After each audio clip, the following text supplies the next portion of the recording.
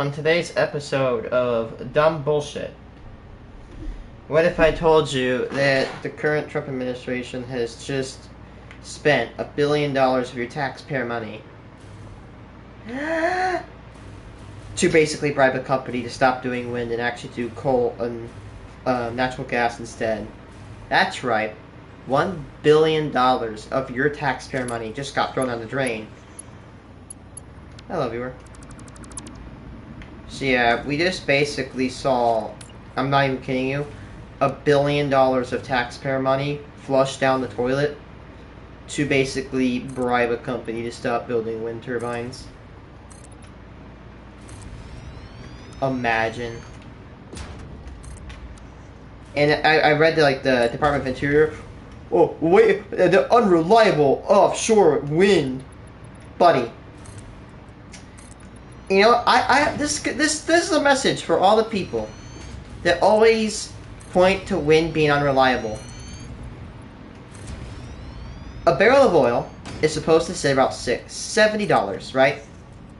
A month ago, it was $66. Great! It's $93 now. You want to tell me? Let me get this straight. You want to tell me that wind is unreliable when within a month oil didn't go up maybe like 10% or maybe like 15%, 50%. Think about this: 60. It goes from $60 to $90. Half of that's a jump of $30, which is half of 60, so 50%. Oil prices are now 50% higher than they were a whole damn month ago. And we're talking in a span of a month. Not a year or 12 years. A month. You're telling me that wind is so unreliable, yet we have a source of fuel in our society that comes from halfway across the globe, can be interdicted literally instantly. Literally instantly. And people want to bitch and moan how wind is so unreliable. Please. In fact, I just did some research into this. Companies are starting to now invest more in the renewables. Why? Because when you block the Strait of Hormuz, you can't block the wind.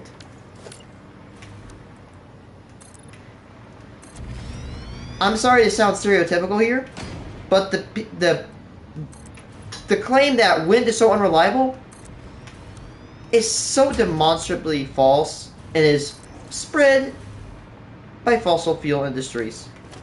Here's the thing. I don't want to sound like a freaking industry plant here, but look, let's just be honest. They know their time's coming to an end. Wind is way cheaper. It is better. Let's say, take environmentalism off the table. Take the whole approach of we're going to take the planet off the table. It's cheaper and safer. Let's see.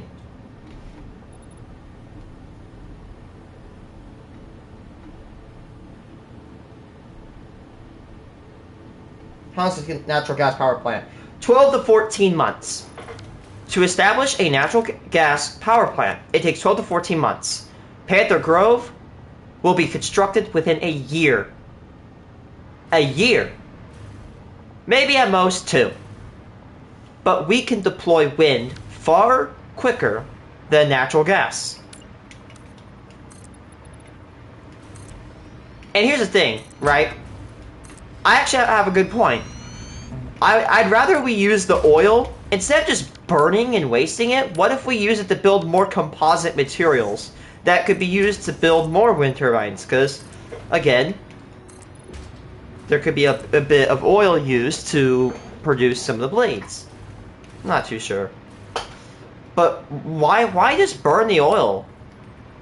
Why burn it when we could, use it for something actually useful, like polymers and synthetic materials?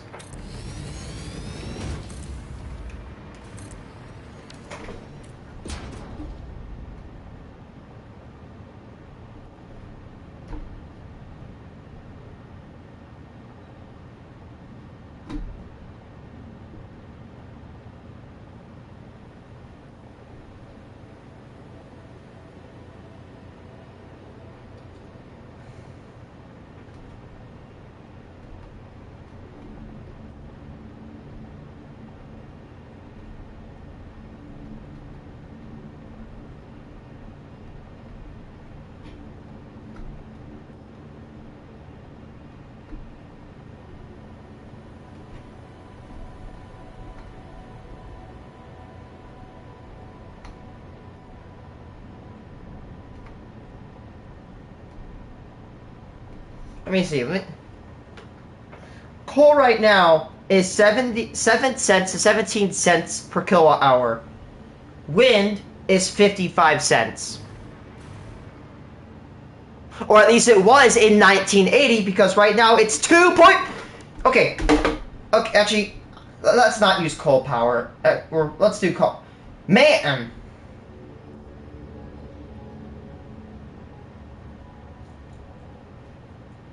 Man, coal, cheapest, 0.07 cents per kilowatt hour.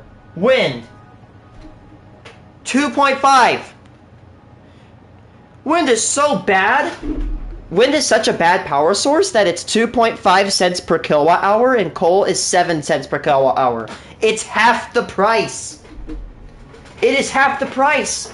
And guess what? Another thing is, think about logistics. Building wind, you remove the logistics of getting coal and fuel to a power plant. Gone. Actually, think about it like this.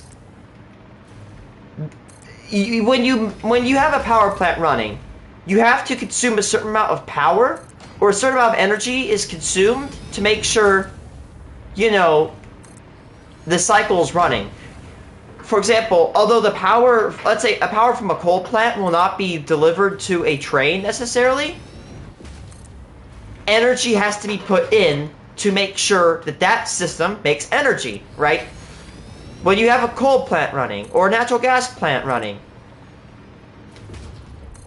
you have to have energy in the form of making diesel for those trains to truck loads of fuel into that plant.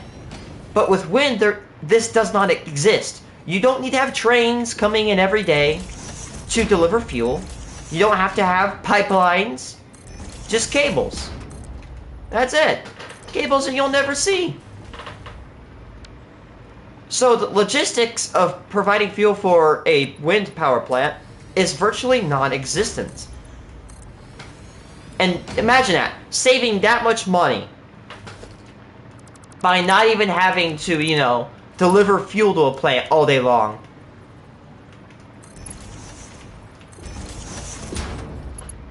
Also, if a wind turbine fails, it falls over, which is extremely rare, by the way. If it does, no one gets hurt. They pose such a significant reduction of hazard to the general public.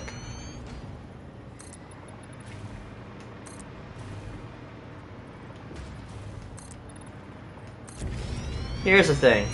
At the bottom line, politicians know, especially those that are lobbied by these giant-ass companies like Exxon, because if you guys aren't from America, that's how America works. You can have this such good idea like wind, and you'll have bitch-ass companies basically lobby the shit out of the government to say, hey, look, our energy's better, even though it literally kills you over the span of 50 years. You should try it. It's really nice.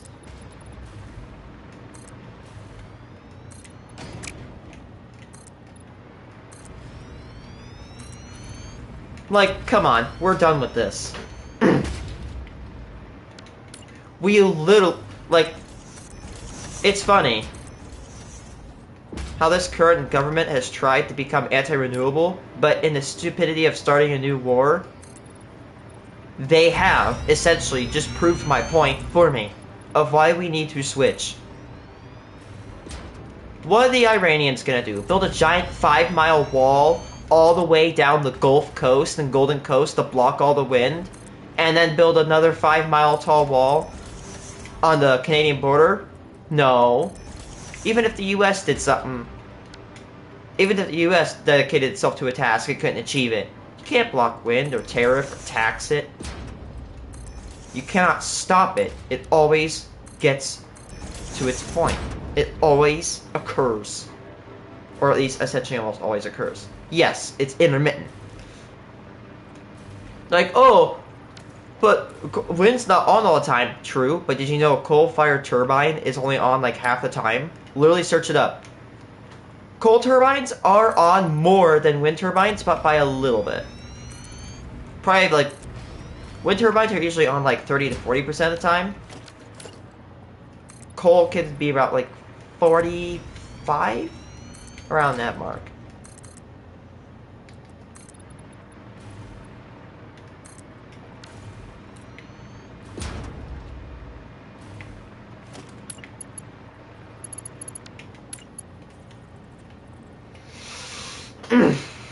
But brother, again, to the people that like always criticize wind, they're like, oh my gosh, it's so unreliable.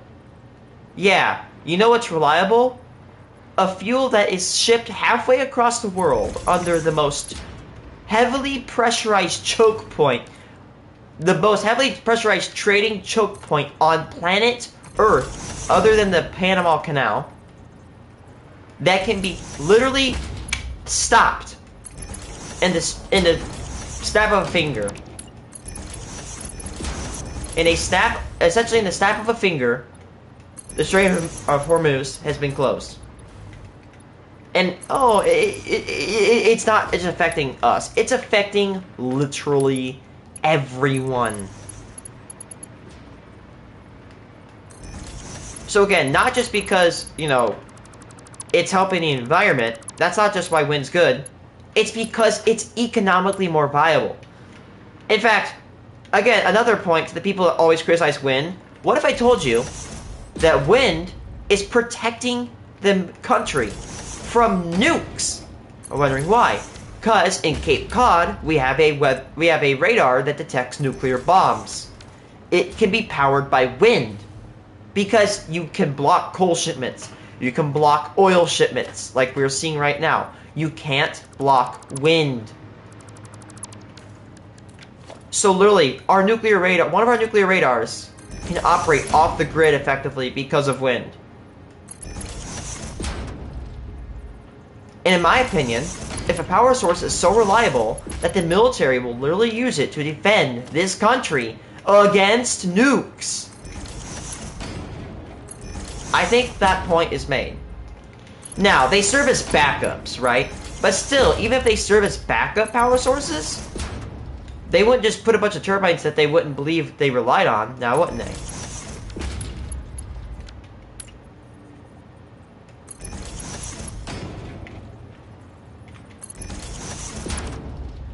Again, they always say how they're so unreliable, yet they literally help this country scan for nuclear weapons or whatever.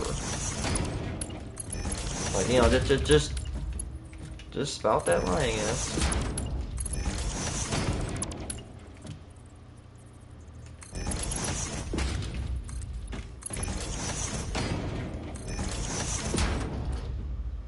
Literally from 1980 to 2013, wind went from 55 cents a kilowatt, way more expensive than coal today, to just a measly 2.5 cents per kilowatt hour. Is that really?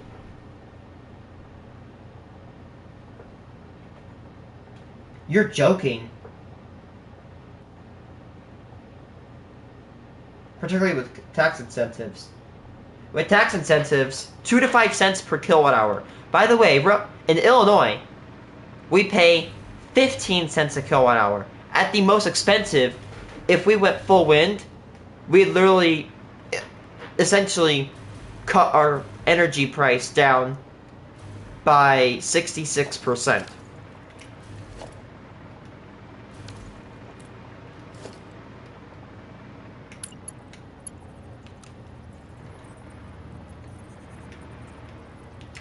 And here's another thing I kind of thought about.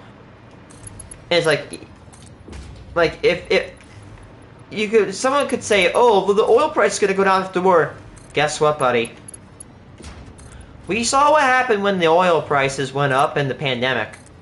They stayed like that, and they slowly started to come down. Because here's what's going to happen. We're going to get so used to paying so much for gas that whether we like it or not, we're going to subconsciously accept it as a part of life. And once we start accepting it as a part of life, the companies are just going to say, whatever, they're fine paying $3.80 a gallon. Might as well just keep that price and start watching the money flow in. I mean, this also has it's also a problem because America is built as a car society. Now, there are pros and cons to that, but we are so reliable upon cars that it's not choice. My job is very close to my house. It is 10 minutes away by a car. If I biked there, it would take me half an hour.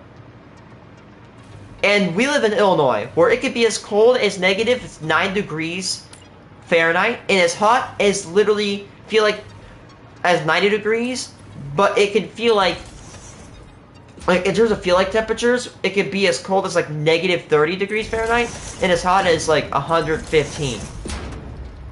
Yeah, biking's not viable where I live. I live out in the country.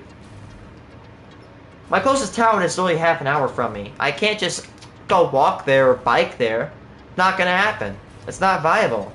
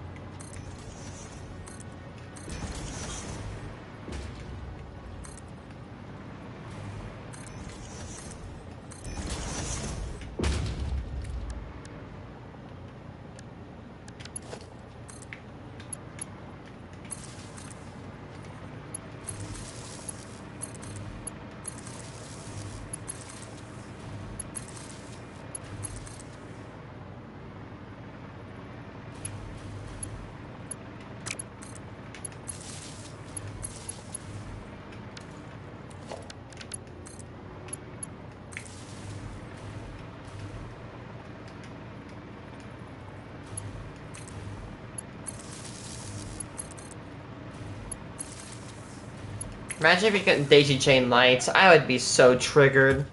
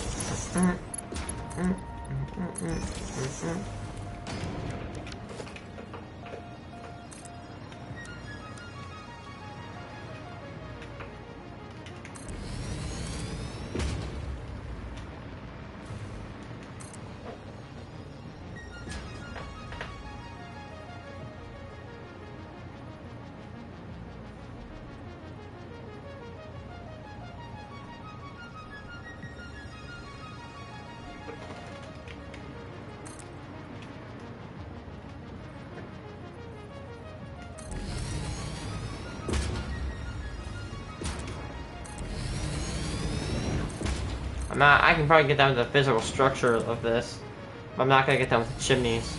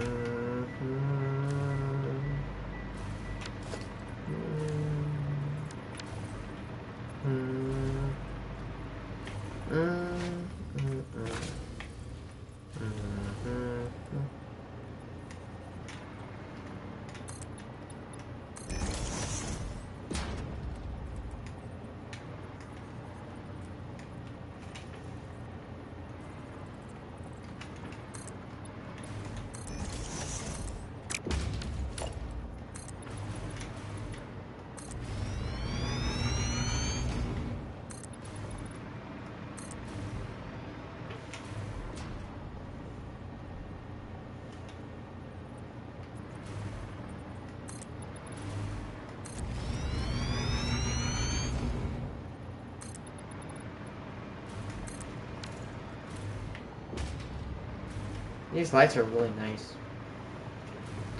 They take 6 megawatts to power each, which really sucks. But hey, at least they can see my machines.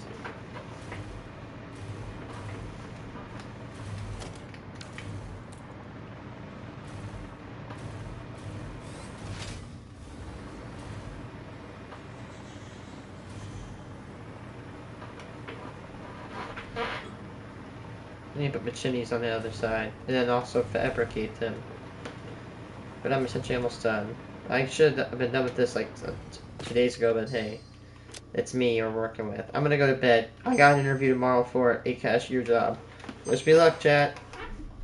Wish me luck.